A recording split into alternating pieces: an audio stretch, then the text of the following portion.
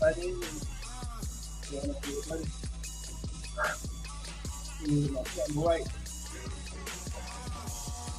We'll have a discussion of narcissism as a network today. Very interesting stuff. Let me give it a few minutes for another people to come on. We gotta make these a key also. Hold on, listen. Hold on.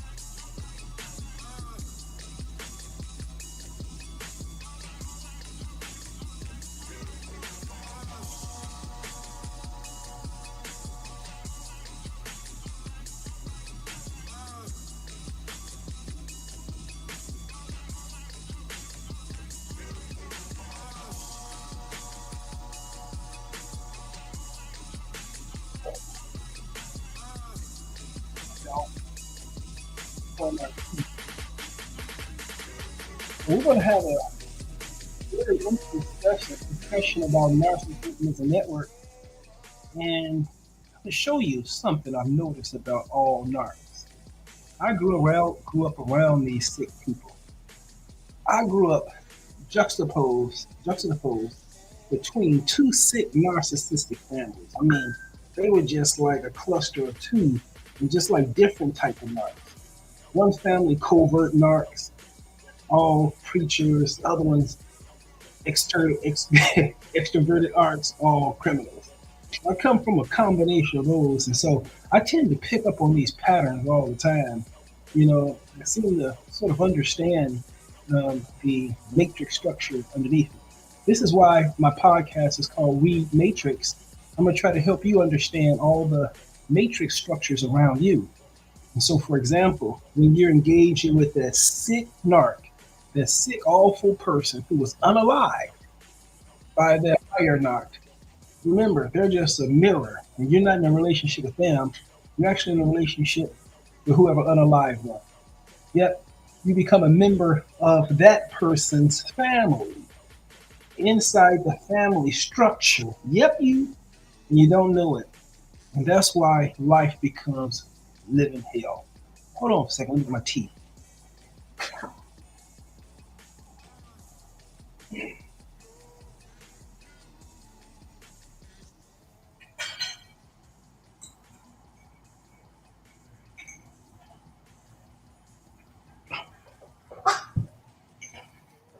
There's like it's like two main reasons why you have so much difficulty with narcissists. The first, narcissists, psychopaths, or sociopaths. The first is you believe it's just them, and it's not. It's a whole network. You're not fighting an individual. You're fighting a group of people, right? And they all know it, but you don't. That's why this sick person who really is worthless, I can't do nothing by themselves, seems to take on almost unlimited power, right? They seem to always be able to do things to harm you, be very resourceful. I mean, they know how to stab you right in the back. But then when they engage with you, it seems like they're deactivated, right? It's like they're deactivated with you, or they're trying to, play some game with you, trying to act like something they're not. So they take on this sort of like this lure of invincibility because the cowards are attacking you with a group. And then think about how sick this is. That person, that narc in front of you is not conscious at all. They have no sense of what exists outside their own ego. And so your world doesn't even exist to them. They are incapable of engaging in your world, and they're incapable of understanding things from your perspective, period. So that's why when you force them into your world, meaning bring up the issues that affect you the most, they always feel uncomfortable, and then they got to get on out of there. I mean, change the subject. You get your 15 seconds worth of fake plastic empathy, empathy.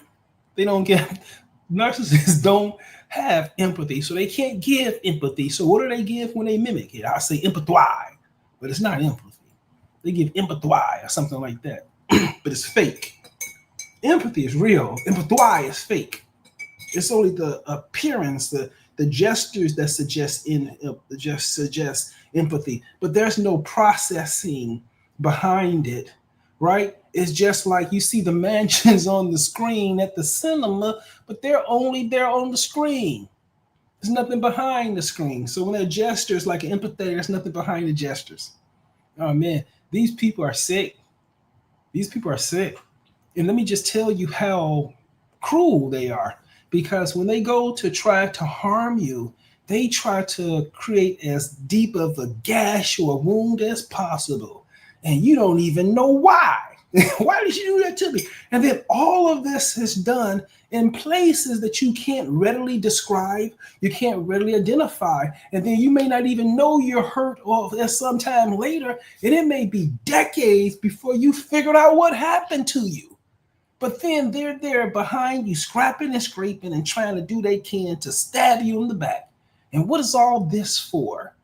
And if you watch them closely, it appears to me that that is the only thing they do. Right? Besides, recovering from the dumb shit that they've been doing to you behind your back, that is absolutely all they do.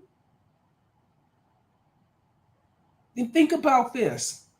They spend all of this time, all of this effort, all of this energy, all of these resources, all of the plotting, all of the planning, all of the scheming, all of the dreaming, all of this, all of that, and much more, just to bring you emotional and psychological torture and pain. That's the only purpose.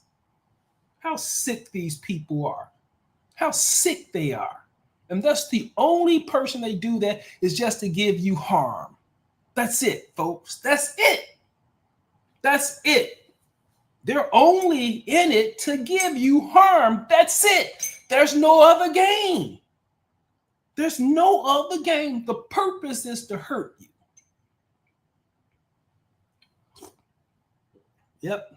And when they sneak up close to you, like you become a partner, a spouse, or a friend, or dating someone, when they sneak up closer to you like that, oh my God, when they separate from you, they're going to take a pound of flesh.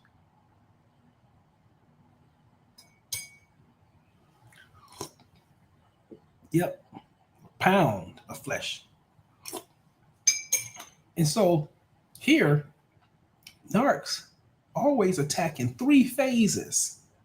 I mean, it's like they have 3 hands and each one of them punch you every time they go through one of these rounds, one of these cycles. And the combinations of the punch then of themselves, when they use them in combination in close sequence to what they do, this one, that, and that, they're almost devastating for you. This combination is intended to destroy the environment you are in and destroy all the relationships that are in the environment with you. Yep, this is it. If you're at work, then the goal is to destroy your reputation or your ability to operate at work. Their goal is to destroy your relationships with the people around you, right? If you are at school, they're going to try to disrupt that, destroy the relationship between your ability to take tests or to learn or to get information. And then they start disrupting your ability to sort of interact with other students. I mean, these people, they use this triple wave combo, the triple hitter, to destroy the environments you're in and all the relationships you're in. And they do this on purpose. And guess what? Guess what? I would say if someone planned to destroy the place you're working in by destroying your interfering, let's say interfering with your patients and stuff like that, spreading rumor around the hospital and stuff like that, always talking about you behind your back, stuff like that, sick stuff like that, grown man, sick stuff, gossip, grown man. When they deploy to scorch the earth. So when they come at you to try to destroy the environment you're in and interfere with the relationship you're in, lie to you, to your employers and supervisors and things, once they come on that's the scorch the earth policy. They're going to destroy your capacity at that place. And if they're successful, you may not be able to recover from that at all. These people are sick. You may not be able to recover from that at all. The scorched earth policy that all narcissists do, right? When do they deploy the scorched earth policy? You won't believe. You won't believe this. You won't believe. You would think if someone tried to unalive you, destroy your relationship, destroy your income, destroy your reputation, that you would have done something. No. When they deploy scorched earth, it's whenever you set a fucking boundary. Yep. You set that boundary, they try to come down and destroy everything about you. And when do they do it? Right away. They don't wait. See, that's the thing you have to learn. Every time you felt something when your world crashed around, no, you just set a boundary. You just set one, maybe 15, 20 minutes ago. Go back and look at some of the worst times in your life and go back and look at your photo list. What happened that day? Who were you around? It went down that day. You set that boundary that day, and that narc, bow, did the scorched earth policy just like that. And how can someone destroy your life in a minute's notice just because you said no? You see what I'm saying? How can you have something prepared to be able to make something that's devastating like this? It makes it seem as if they have magical powers, right? How can you say no and then 15 minutes later, your reputation at work is destroyed? How is that possible? You don't have, because these sick people set the entire apparatus up behind your back while they were with you. They planned every step and they knew they were going to have to activate this plan in case you got out of hand. Meaning, in case you didn't revolve around your work, meaning you need to be a character in their lives following their rules. And if you step out of line, then they'll destroy your reality. Why? Because it makes you more dependent upon them. You're sick people. Sick people. Sick people. So this triple wave, the triple punch, what is it? What is it? How do you identify it? When do they deploy it? How effective is it? They deploy it after 10 minutes. I would say between 5 to 7 minutes after boundaries. How effective is total annihilation? If you by yourself, you will get totally annihilated, right? Because the narc always goes around behind your back and gets to know everybody. The narc always secretly knows and try to get secret binds and say, me and you friends. Oh, me the only friends. We the hidden friends. We the secret friends. Oh, we allied. We went to the same school together. We part of the same sorority. Things like that. They always try to find some way to link with everybody around you because they always have to be able to sort of manipulate them to believe that you have a problem. right? So here's the scenario. First, the narc is going to want to harm you in some way. So when they come to you, they're going to have to say something to you. Now, when they're attacking you, it's important that you listen to this. That's why you have to say awareness is everything. Awareness. Awareness is everything. When they come to you, they're going to have to move you from your reality to a new reality. How? By changing the version of something. Oh, remember last time you said this. Oh, no, I didn't say that. No, I said those words, but I didn't mean it like that. I meant it like that. But last time you said no. Listen, okay, last time was last time. To now I say no. But last time you said this. Remember? Well, it wasn't in that context. Yes, it was. Now, when you hold your ground and say I didn't say that, no, that's when you cross that boundary. That's when you refuse to enter that delusional system. That's the first boundary, is to never go inside of anyone's world, but especially a narcissist. Why? Because they are never doing that to help you. They are only doing that to lure. Remember, you ever heard the saying is that if you ever get kidnapped, if they take you from one location, never get to the next. Because when they get you to the next location, they're going to be exceptionally cruel and you won't have the capacity to defend yourself. So if you ever get kidnapped, put your stance right there. Fight with everything you got, right? Don't let them take you to the next location.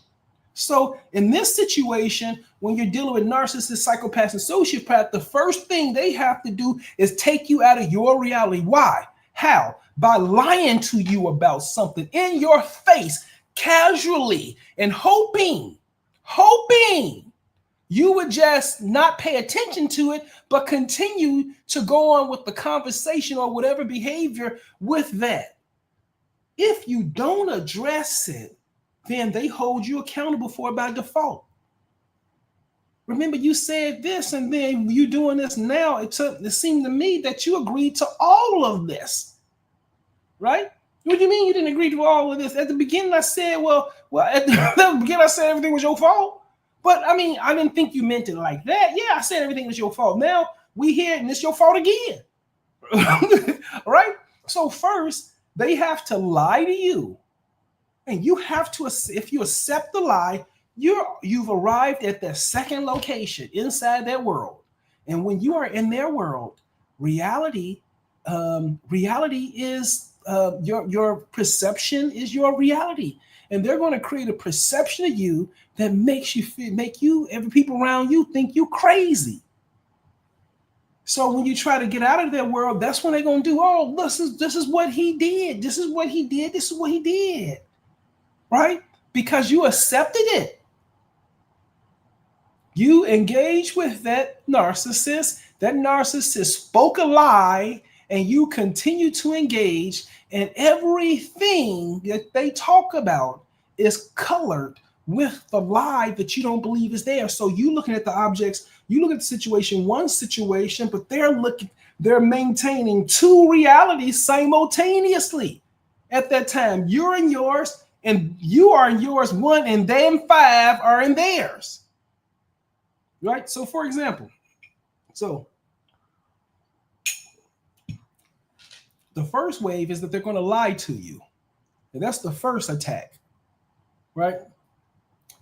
And if you don't correct that lie, then, so for example, the last time we were together, you really got angry at me. Okay. And let's say you say, okay, I'm just going to let that pass. And then now we're at the park, right? Now you're at the park with this person with the understanding that the last time you were rude to them.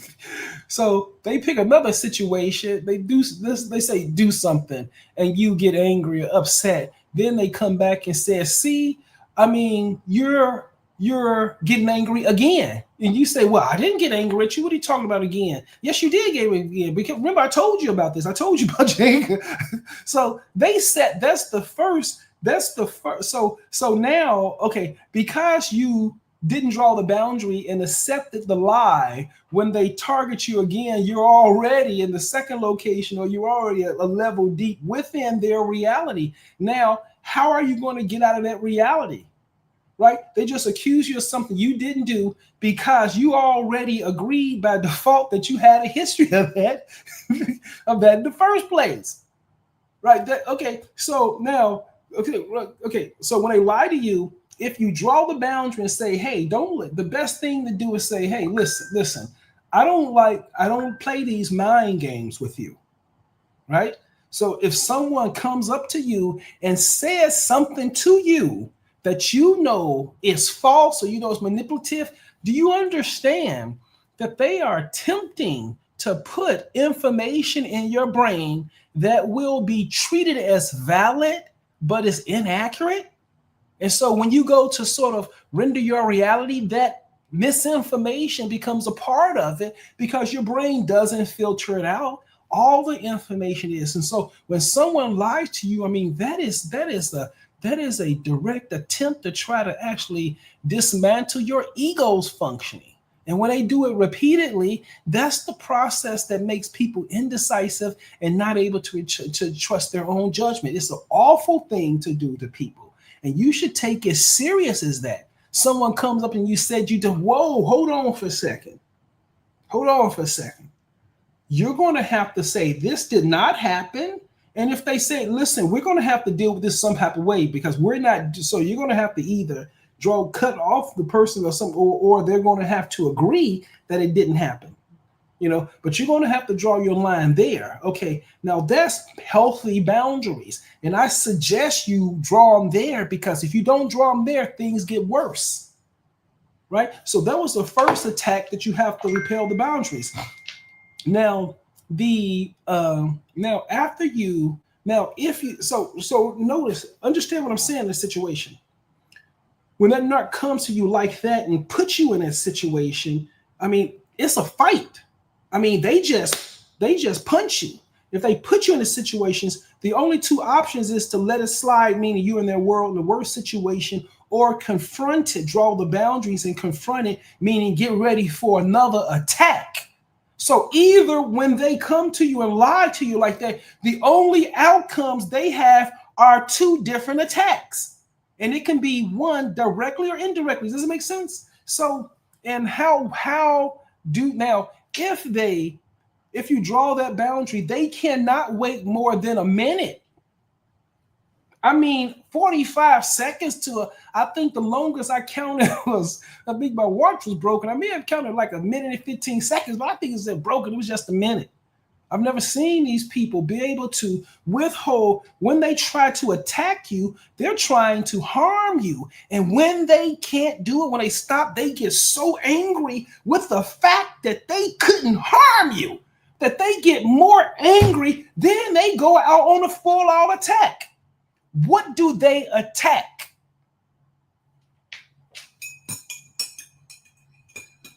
Wouldn't believe it. Wouldn't believe it. Hold on one second.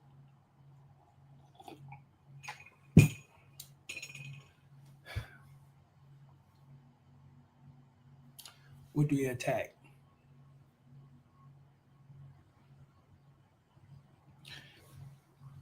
This podcast is Read Matrix, and the Matrix to help you understand all the structures around you. You can't escape these structures. You're at a structure when you go to work. When you are in someone's family, that's a structure. If you had the head of your own family, I suggest you be the head of your own family, completely separate. That's your structure. You know, the occupation you're in has a structure. The city is a structure. The county is a structure. State is a structure. The federal government is probably the largest structure you're going to be accountable to, right? And so when you draw that boundaries, the narcissist attacks the structures you're in. So they go to whoever's in the top of the structure you're in. If this is in a workplace, they'll go to your boss. If it's what you call them, they'll go to a supervisor. If it's in school, they'll go to the teachers, or they'll go to the complaint department. If it's they, whatever structure you in, but then they secretly go. Right? See, that's the thing, is that they secretly go behind your back. So you'll see them filing complaints about you. You'll see them filing emails about you and everything, all those things behind your back. And so they begin to target you through the person or structure that heads the structure you in. And they want them to impose damage on you indirectly. Now, if you are inside of a narcissistic structure, let it rip. I mean, they're going to light you up. If you draw that boundary, when that narc complains about how it can be anything to the person, if that's another narcissist, they're going to use that as an opportunity to target you. So the narcs already know that they're littered around everywhere. And there's always a narc at work looking to get a heads up to damage somebody, right? And so these are narc referrals. So when the narc that you set boundaries with go behind your back to your employer or your boss and everything and split you with them, start talking about those things to you, if that is a narc, then this narc referral is going to come down on you. Now, narcissist, if you take my courses and help me teach you about narcissism as a network, what you're going to have to do in advance is come up with a narc management plan. Meaning, you better jump on a team.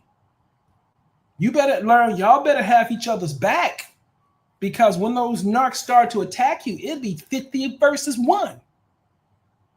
But these are sick alliances in the darkness, unconscious. They're temporary.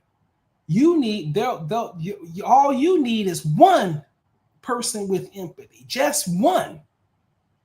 And that person validates your reality. And as long as that person validates your reality, then the swell of opinions that they will create to counter yours still can't distinguish your light. You need that one person with empathy. That one person to say, yeah, he's right. She's right. That did happen. Yeah. And actually call out it. If you had a friend that'll call out what's happening with me, I have a lot of friends like that over the years, and we watch each other's back. We call the silent league. There's characteristics of people who fight narcissists. Number one, we're always silent. Number two, we never talk. Number three, no talk. Don't say nothing. I mean, cold silence, nothing. Don't talk about nothing. No matter what the narc do, nothing. Don't respond, don't react, nothing. That's how you identify healthy people. They don't respond, they don't react, they just sit back and look. Right? That's the only defense. The only defense. So as soon as you draw that boundary, listen, there's an attack. If you do have, best scenario is that you have an employer that's familiar with narcissistic splitting or narcissistic devaluing or narcissistic triangulation, right? If they understand that, then they'll be able to sort of manage it right. If they set the boundary right there. So at this point, if the narc is good, they're going to make a lie that's so convincing, it's going to be hard to even undo it. So you have to avoid even the appearance of impropriety. You have to even avoid the appearance of it, right? That's the only way to get out of there. Okay, now, remember, if the person is a healthy person, they may not understand what's going on, right? Or if they do, so even with a healthy person, you get a 50-50 chance, meaning, most likely it's going to be a narc. Okay, so you got 70-30 narc, okay? All right, so if they refer you to your boss, 70% of the time you're done. It's just going to go in your file. It's going to use it against you, even though it didn't happen, right? if it's good, then they have like a 50-50 chance. So if they're not a narc, which is 30%, you got a 50% chance, like 50. So you like 15%. So like I think 85%, you got an 85% chance of losing and a 15% chance of winning if you draw a boundary. Right? That's if you draw a boundary. So they do it all the time, 100% of the time. They're never going to stop unless the cost is shifted over to them. Okay, so that next time, so you're going to have a price to pay with crossing their boundaries. Now, if they do side with you, then they'll likely not give the patient what they want. And so what happens, the second boundary, if you get the second boundary for the narc, that's the second narcissistic injury. And that causes, there's too much psychological pain and discomfort. So it causes their mask to dissolve. And when the mask dissolves, you see the wretched infantile child. You see the wounded child present. They come like this. Oh, he's gonna harm me. Oh my God, this is so unfair.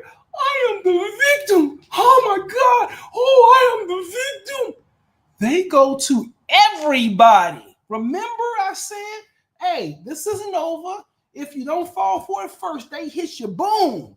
They got a 50% chance of hit you strike, getting you on the first strike.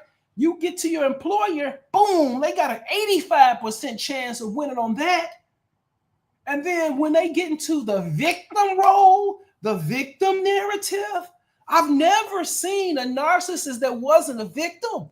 I've never seen a person who expressed victimhood that wasn't at the bottom. Those two, victimhood and narcissism, are links on the same chain, and they belong in the same compartment. That is down at the bottom, the high density place where everything is ripped apart just like it's supposed to work. That's why they want to pull you down, because they're going to hit that grinder soon and they want to pull you in with it. So they give every chance they can to knock you off your horse or to damage you, to get you down to where they are.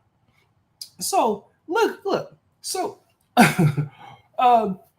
so even if the employer draw the boundaries, then they're going to go to everybody around you and play the victim. Oh my God, everybody's going to hear what you did to them.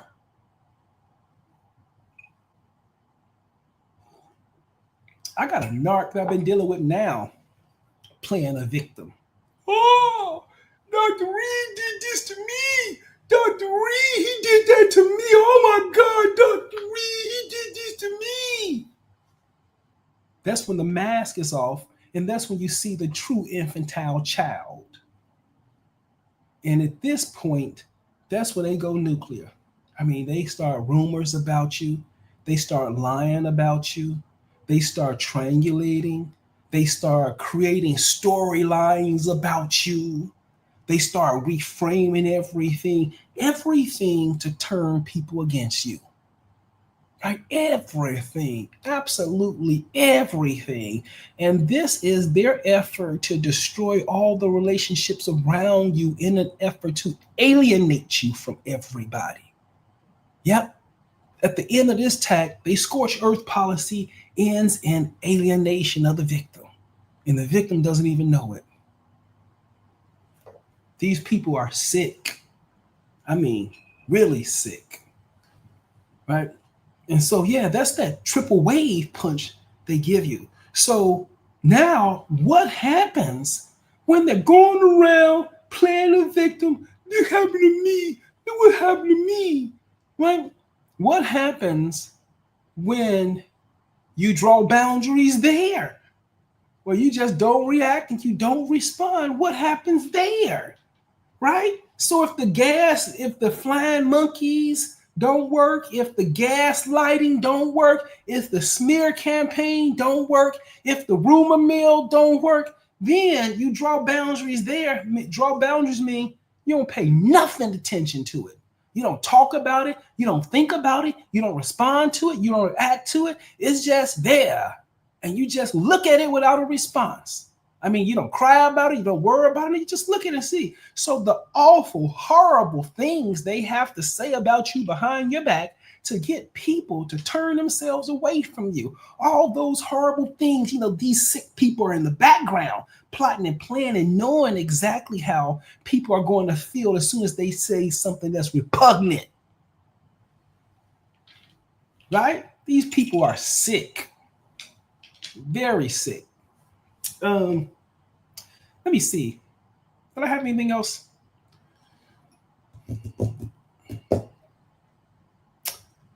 So they come in a 3 punches like that. I think that's it. I don't think I have anything else. Let me see if I have any questions, okay? Hey guys, how's it going? Hey, iHash, how's it going, buddy? Appreciate your questions, man. What strategies work best to survive the final collapse stage? Okay, that's what it was. Is that when they start to blow your reputation out there, try to reputation destruction, and you don't respond, then there's a fourth. I have to change this to fourth stage. There's a fourth stage they go through. That's when they start calling you crazy. Yep. The ultimate part of the game is when the narc, the psychopaths, and sociopaths, and their flying monkeys start calling you crazy.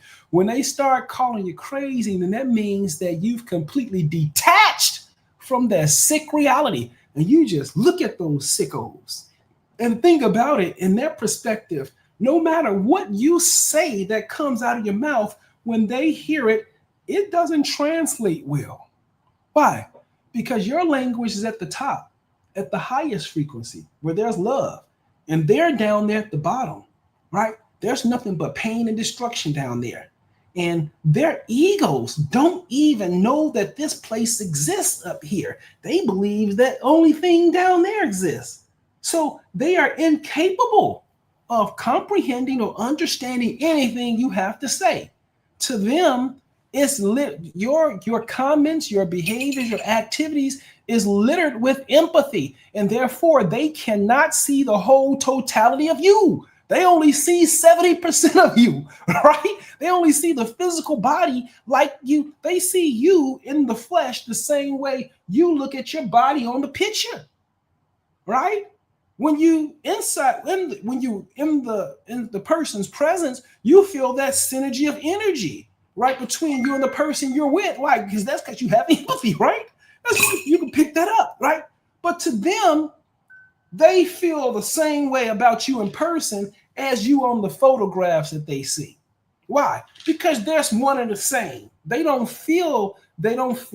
egos cannot process that level of reality because they're stuck at the bottom. So your body is just like the body on the picture. That's why they can rip the picture up just like they can rip up your body. They can poke the picture up just like they can poke your body, right? It's one and the same to them. These people they're not conscious. Here, let me see here. Hey, Mohammed, how's it going, buddy? Why do narcissists attack in predictable ways instead of a single strike? If you ever watch these sick people, they play above their level at disruption. And that's the common thing. And so doing just one thing to hurt you, that's the normal person. That's a single strike is, you getting back, right? Or I'm going to teach them a lesson, but then there's probably some regret right after it, right? But in this case, the whole goal of that small interaction leads to your annihilation if it doesn't go the way they want. That's how much they're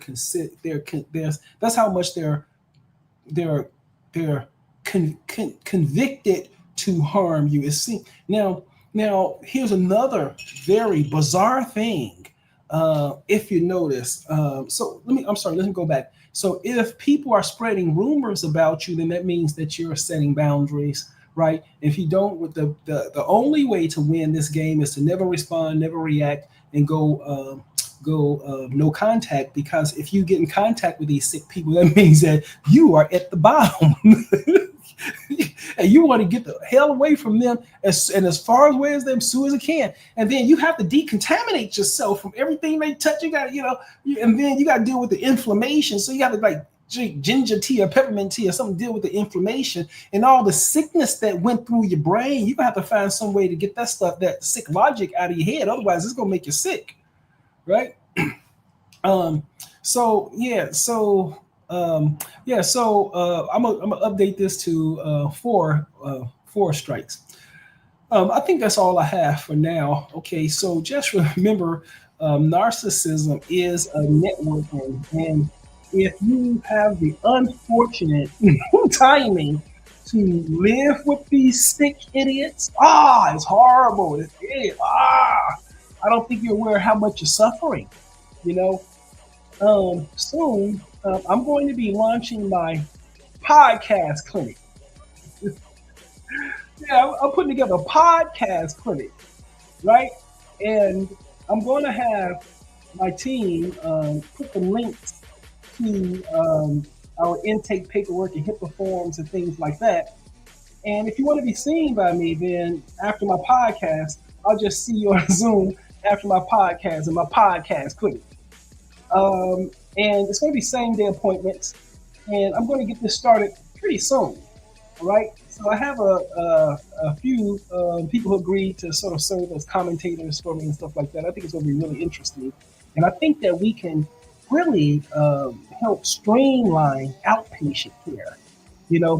I can imagine being able to do this podcast and then be able to see patients right away without a wait. So that's what we have coming up next. So please feel free to like, subscribe, and share.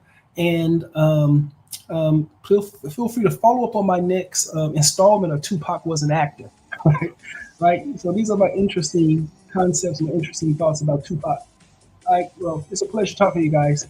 Take care. Remember, stay away from those awful narcissists. People are sick and awful. Take care, guys. I'll talk to you later. Ciao.